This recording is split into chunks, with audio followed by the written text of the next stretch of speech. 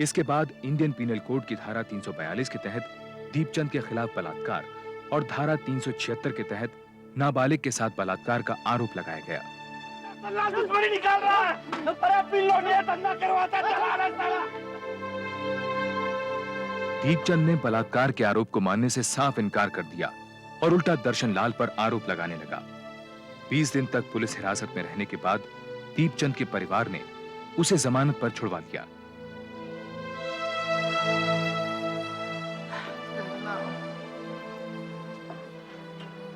मेरे ख्याल से पुष्पा को अब रिमांड होम भेज देना चाहिए, वहाँ मामला कंट्रोल में रहेगा। रिमांड होम में तो उससे कोई बात करने वाला भी नहीं होगा, फिर वहाँ की जिंदगी भी तो बहुत मुश्किल होती है रंजना। तो यहाँ कौन सी कम मुश्किलें हैं उसके लिए? आसपास के लोग तरह तरह की बातें बना रहे हैं। रंजना, बच्चा आने वाला है, वो कैसे संभालेगी? कोई ना कोई होगा वहाँ पर। यहाँ बच्चा पैदा होगा तो और बातें बनेंगी। दर्शन तू क्या कहता है? सुन रहा है रंजना क्या कह रही है? बोल तू। जो करना है कर लो, मेरा माथा मत खराब करो। मैं कहीं नहीं जाऊंगी, घर का छोड़ के कहीं नहीं जाऊंगी। बुआ बापू से बोलो ना, मैं कहीं नहीं जाऊंगी, कहीं नहीं जाऊंगी, मैं कहीं नहीं जाऊंगी। सन 1993 दिल्ली और उत्तर प्रदेश की सीमा पर बसा एक गांव पिथरा गांव की परंपरागत मूल्यों वाली जिंदगी में शहरी हवा पहुंच चुकी है। इसी गांव के कुछ लोग अपनी जमीनें बेचकर रातों रात अमीर भी हो चुके हैं। यहीं के बड़े बड़े सरोकारों से परे अपने हालात के भंवर में फंसी एक दुनिया है, एक मोटर मैकेनिक की मासूम बेटी पुष्पा की।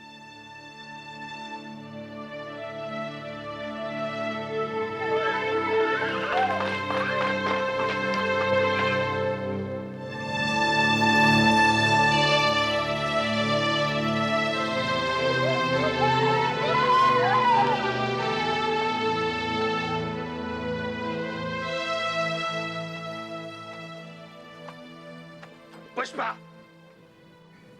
हाँ बापू। ये क्या है? बापू मेरा सन। वो तो मुझे भी दिखाई दे रहा है, लेकिन जब मैंने कहा था कि ये हीरो हीरोइनों की फोटो मुझे अपने घर की दीवारों पर नहीं दिखाई देनी चाहिए, तो तेरी हिम्मत कैसी हुई? बापू आज गलती हो गई, बस आगे से नहीं होगा। तो कान खोल के सुन ले, अगर ऐसा शौक पालना है ना तो जमीन में गाड़ दूंगा। जा टिफिन ले आ।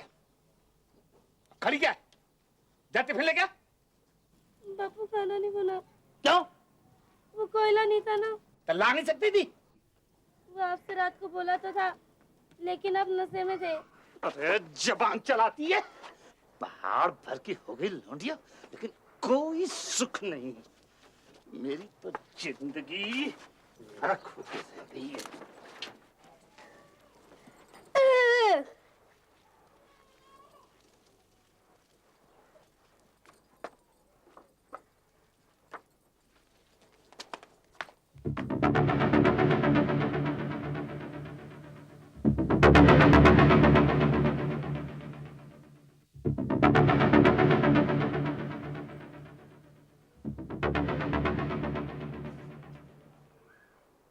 आज क्या कर रही है? नहा रही है क्या? तू हर वक्त भूत की तरह मेरे पीछे क्यों पड़ी रहती है? बीवी हो तेरी, नहीं तो तेरी तरह मैं भी दूसरों की हो गई। कुछ तो शर्म कर। बड़ी शर्म कर रखी है ना तूने। तेरी इसी तांगछा की वजह से मेरी बहन तक ने आना बंद कर दिया है। क्या कह रहा था उससे समझ? वीडियो पे फिल्म दिखाऊंगा, दिखा लाए फिल्म।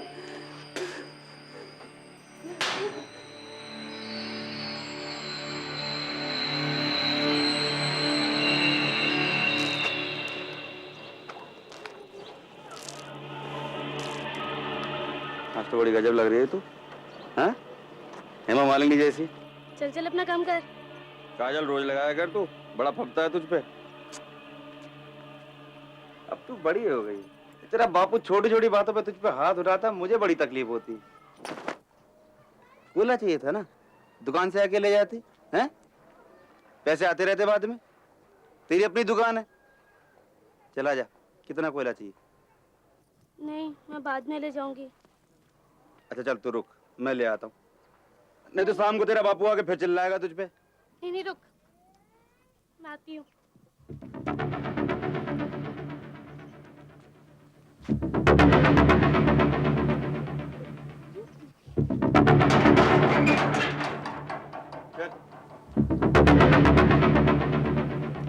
जा वहां से भर ले कोयला।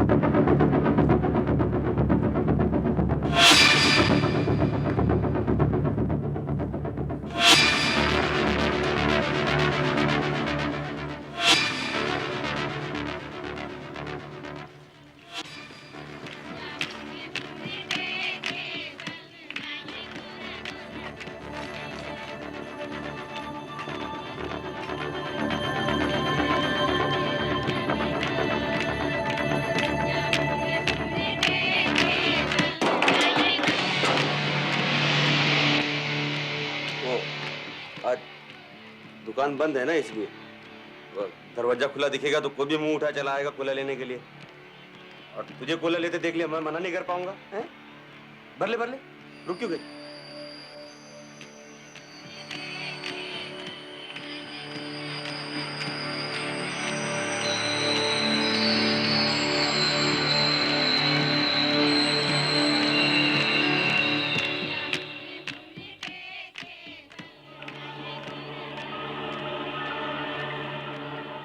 वो तो मेरे घर वालों ने जल्दी कर दी,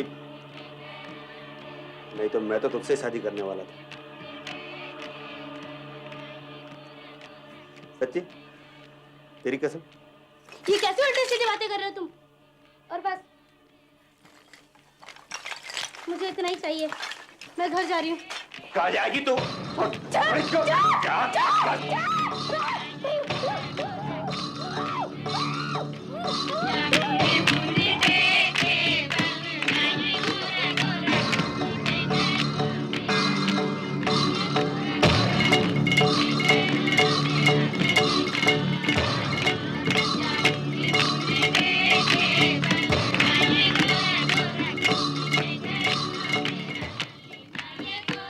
अरे सुनते हो? मैं अम्मा जी के साथ डिस्पेंसरी जा रही हूँ। ये बाजे की आवाज तो धीरे कर दो। सुन लिया क्या? डॉक्टरनी के यहाँ जा रही हूँ मैं।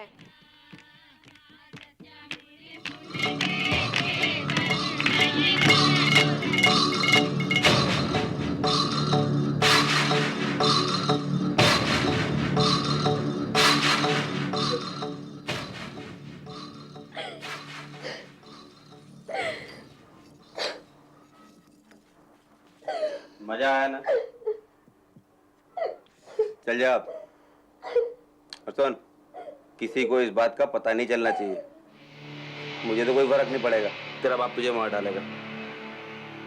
पर अगर तूने अपने बाप को बताई और वो मुझ पे चौड़ा हुआ तो दोनों को काट के फेंक दूंगा मैं, समझी? जा। और जब जब इशारा करूं चली आया कर, पूरी औरत बना दूंगा तुझे।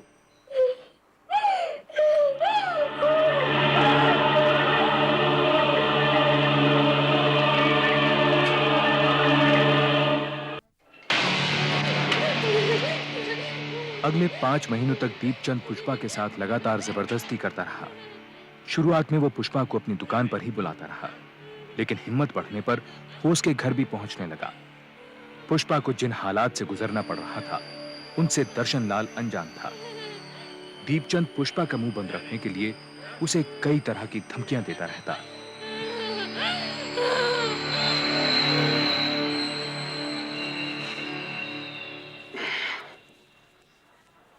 ठीक तो हो जा, तेरा बापू आ जाएगा। आजकल मुझे उल्टी होती है, ऐसे सोई जाता है। अभी उम्र कम है ना, इसलिए थोड़ी बड़ी हो जा, तुझे भी अच्छा लगेगा ये खेल। खुश होकर किया कर, बड़ा मजा आता है। औरत का काम क्या होता है? खाना, बर्तन, अपने आदमी को खुश करना, है? अब बहुत हो गया।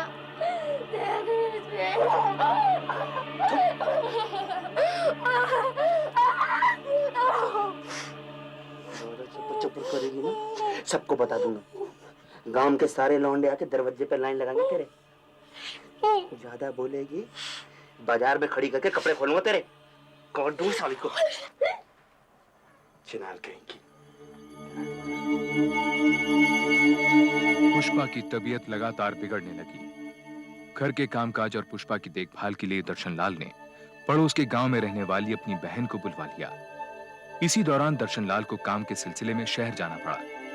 पुष्पा की हालत देख बुआ ने उसे डॉक्टर के पास चलने को कहा। पुष्पी जिद नहीं करते हैं, हाँ? अरे देख तो सही अपना हाल, ना तुझे नहाने का होश है ना खाने का होश है, और कहती मुझे कुछ नहीं है। अरे मैं कहती हूँ कहीं पथरी वथरी ना हो, तेरी माँ को भी थी।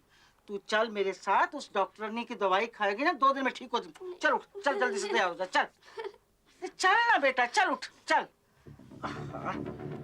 क्या करूं, कैसे समझाऊं इसको? चल उठ। ये लीजिए।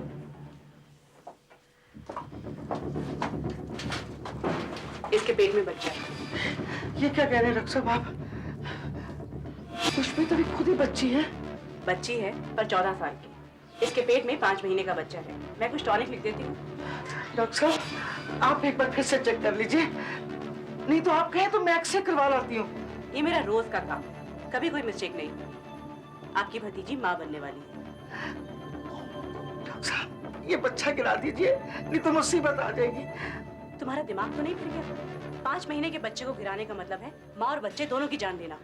नेक्स्ट। हे भगवान, अब हम क्या करेंगे? ये तुम्हें इतनी कम उम्र में इसकी शादी कराने से पहले सोचना था। ये लो। डॉक्टर साहब शादी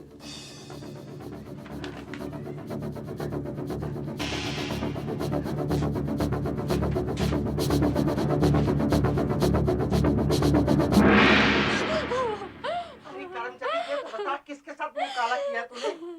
अरे मैंने तो दर्शन को कितनी बार कहा कि इस लड़की को मेरे पास छोड़ दे, मेरी नजरों में रहेगी, पर उसने मेरी एक नहीं सुनी। अब भुगतो ही जन्म भर इस कलंक को। अरे 4 बिरादरी वाले थू थू करेंगे हमारे पे।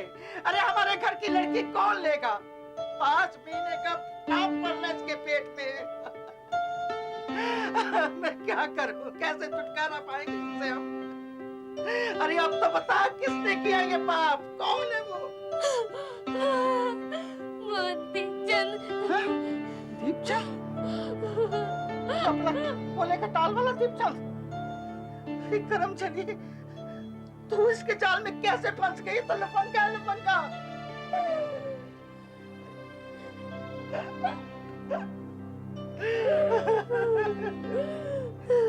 मैंने कुछ नहीं किया बुआ, कुछ नहीं किया मैंने। जबरदस्ती करी उसने मेरे साथ। तूने अपने बाप को क्यों नहीं बताया? कहता था तुम दोनों बाप बेटी को काट के फेंक दूंगा, किसी को बोला था।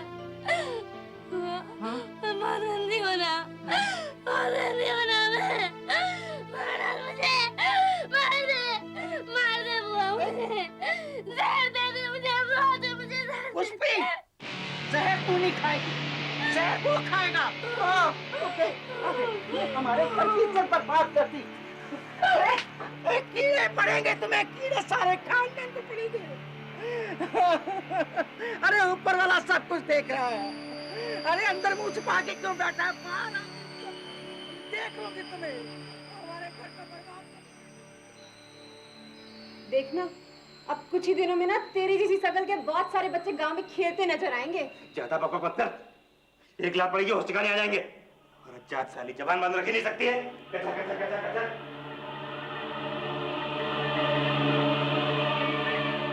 अगले दिन बुआ पुष्पा को महिला सुरक्षा संगठन के दफ्तर ले गई। यहाँ की युवा समाज सेविका रंजना कौशिक का गांव में काफी सम्मान था और रौब भी। रंजना जी हम तो बर्बाद हो गए ना। इसके चाल चलन के बारे में तो हम सबको मालूम था, लेकिन ये नहीं मालूम था कि इतनी छोटी बच्ची पर ये अत्याचार करेगा। हिम्मत से काम लो। अच्छा पुष्पा की डॉक्टरी रिपोर्ट तो संभाल के रखी है ना? हाँ, रंजना ऐसी सजा दिलवा उसको कि 7 पुरुषों तक याद रखें। और ये तो अच्छा हुआ कि दर्शन नहीं यहाँ पर, वरना तो अभी मार काट हो जाती। और पुष्पा इसको तो कभी नहीं छोड़ता वो। चिंता मत करो, मैं हूं ना। ये बताओ, ये दीपचंद की माली हालत कैसी है?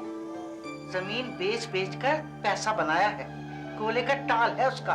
4 पैसे के आ गए मोहल्ले भर में धूल जमाता फिरता है। हम गरीब सही, लेकिन इसका मतलब ये तो नहीं कि हमारी इज्जत उतारता फिरे। रंजना जी, बस इसको जेल भिजवाइए। सजा देने के तो और भी कई तरीके हैं, बस जैसा मैं कहती हूँ वैसा ही करो। जी। पुष्पा की दर्दनाक कहानी सुनने के बाद रंजना अगले 2 दिनों में दीपचंद और उसकी मां से अलग-अलग मिली। इन मुलाकातों का मकसद था इन दोनों का पक्ष जानना और इनकी मनस्थिति समझना। पिथरा गांव का सरपंच ऊंची पहुंच वाले दीपचंद से कोई झगड़ा मोल नहीं लेना चाहता था। उसने इस मामले में पढ़ने से इनकार कर दिया, लेकिन रंजना के काफी समझाने के बाद दीपचंद और उसकी मां पुष्पा की बुआ से मिलने के लिए तैयार हो गए। दर्शन लाल अभी भी इस पूरे घटनाक्रम से अनजान था। हमारे लड़के पर उंगली उठाने से पहले अपने घर में देख लिया होता पुष्पा की बुआ। किसकी उम्र में तो हम लोग घर से कदम बाहर नहीं निकालते थे। शादी से पहले पराये मर्द को कभी देखा तक नहीं था आंख उठाकर। और ये हर आदमी के साथ हंसी मजाक करती रहती है। बिंदी क्या, काजल क्या, नैन पालिश क्या, 1000 तरह के तो फैशन सीख रखे हैं इसने। ये तो बचपन के शौक हुआ करते हैं, तुम्हारे हमारे जमाने की बात और थी। वही तो कह रही हूँ, शौक शौक में सो गई होगी किसी के साथ। किसी और के साथ नहीं, तुम्हारे दीपचंद के साथ। इसी ने जबरदस्ती की इसके साथ। अरे डरात मंगा के बुलाता रहा उसको अपने पास बार-बार। ये इसकी गोद में इसी का बच्चा है। फिर वही बात तुमने कही और मैंने मान ली। क्यों रे पुष्पा, साफ साफ बता, ये बच्चा तेरे पेट में किसका है? अरे इससे क्यों पूछ रही हो? अपने लड़के से पूछो। अरे बच्चा रोकने की दवाइयां लाकर देता रहा इसको। इसी का बच्चा पल रहा है इसकी गोद में। देख पुष्पा की बुआ, बहुत सुन ली मैंने तेरी, मेरा मुंह मत खुलवा। तू समझती है कि मैं पुष्पा को अपने घर में रख लूंगी? तो भूल जा। देखिए चुप हो जाइए। क्या चुप हो जाइए? अम्मा मैंने तो पहले ही मना करी थी, मत बुलाओ इन कंगलों को। हमारे रुपए पैसे पर नजर है इनके। अम्मा क्या बताऊं, बहुतों के साथ नैन मटक के कर चुकी है ये। इसके यारों की गिनती करने बैठो तो सुबह से शाम हो जाए, उसी में से किसी यार की औलाद होगी है। अरे क्यों हमारी इज्जत पर कीचड़ उछालने पर लगे हो? अरे क्यों इसकी जिंदगी बर्बाद कर दी तुमने? हैं? अरे सारा गांव जानता है तुम्हें। क्या जानता? बोल, क्या जानता? अरे तेरी तो औरत भी तुझे जानती है, तेरे करतूतों को। तुमने तो अपने घर की नौकरानी तक को नहीं छोड़ा। तू तो राक्षस है, राक्षस। अरे पुष्पी के पेट में तेरी गंदगी पल रही है। अरे तो साबित करना, यहाँ क्यों तमाशा खड़ा कर रही है? बुला पुलिस को, खड़ा कर मुझे कचहरी में। अब ज्यादा बोले तो जवान खींच लूंगा तेरी। चलो उठ यहाँ से, उठ, निकल यहाँ से। देख लूंगी तुझे दीपचंद, मेरे भाई कसम को आने दे, फिर देख लेंगे तुझे। क्या देख लेगी? निकल यहाँ से। जा देख लूंगी, देख लूंगी। अरे भगवान को मेरा तुझे।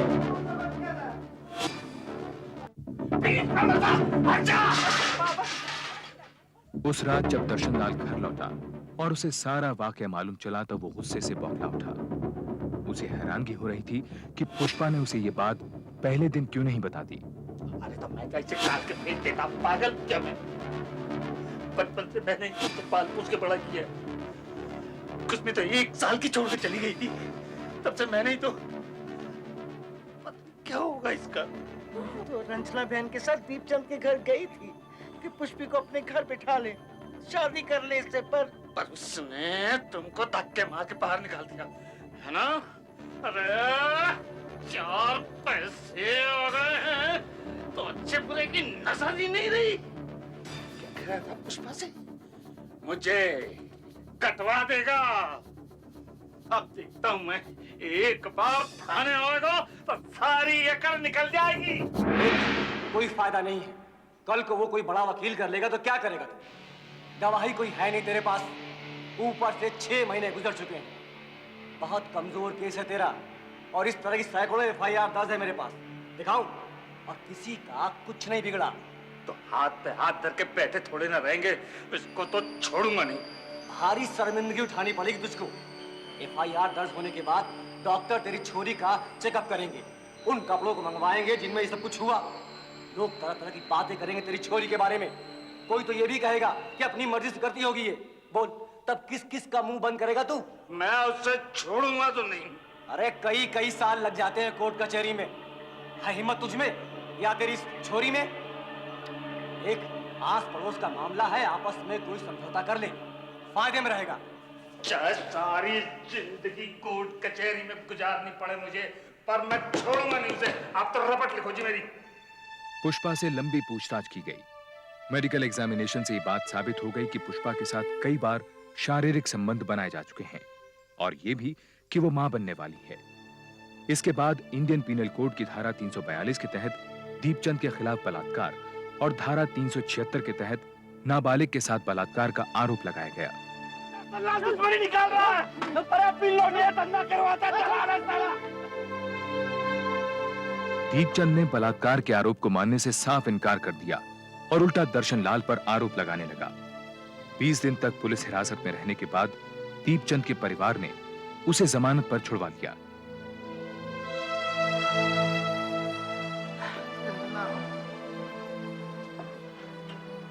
मेरे ख्याल से पुष्पा को अब रिमांड होम भेज देना चाहिए। वहाँ मामला कंट्रोल में रहेगा। रिमांड होम में तो उससे कोई बात करने वाला भी नहीं होगा। फिर वहाँ की जिंदगी भी तो बहुत मुश्किल होती है रंजना। तो यहाँ कौन सी कम मुश्किलें हैं उसके लिए? आसपास के लोग तरह तरह की बातें बना रहे हैं। रंजना, बच्चा आने वाला है, वो कैसे संभालेगी? कोई ना कोई होगा वहाँ पर। यहाँ बच्चा पैदा होगा तो और बातें बनेंगी। दर्शन, तू क्या कहता है? सुन रहा है ना रंजना क्या कह रही है? बोल तू। जो करना है कर लो, मेरा माथा मत खराब करो। मैं कहीं नहीं जाऊंगी, घर का छोड़ के कहीं नहीं जाऊंगी। बुआ बापू से बोलो ना, मैं कहीं नहीं जाऊंगी, कहीं नहीं जाऊंगी, मैं कहीं नहीं जाऊंगी। पुष्पा के बार बार मना करने के बावजूद उसे जबरदस्ती रिमांड होम भेज दिया गया।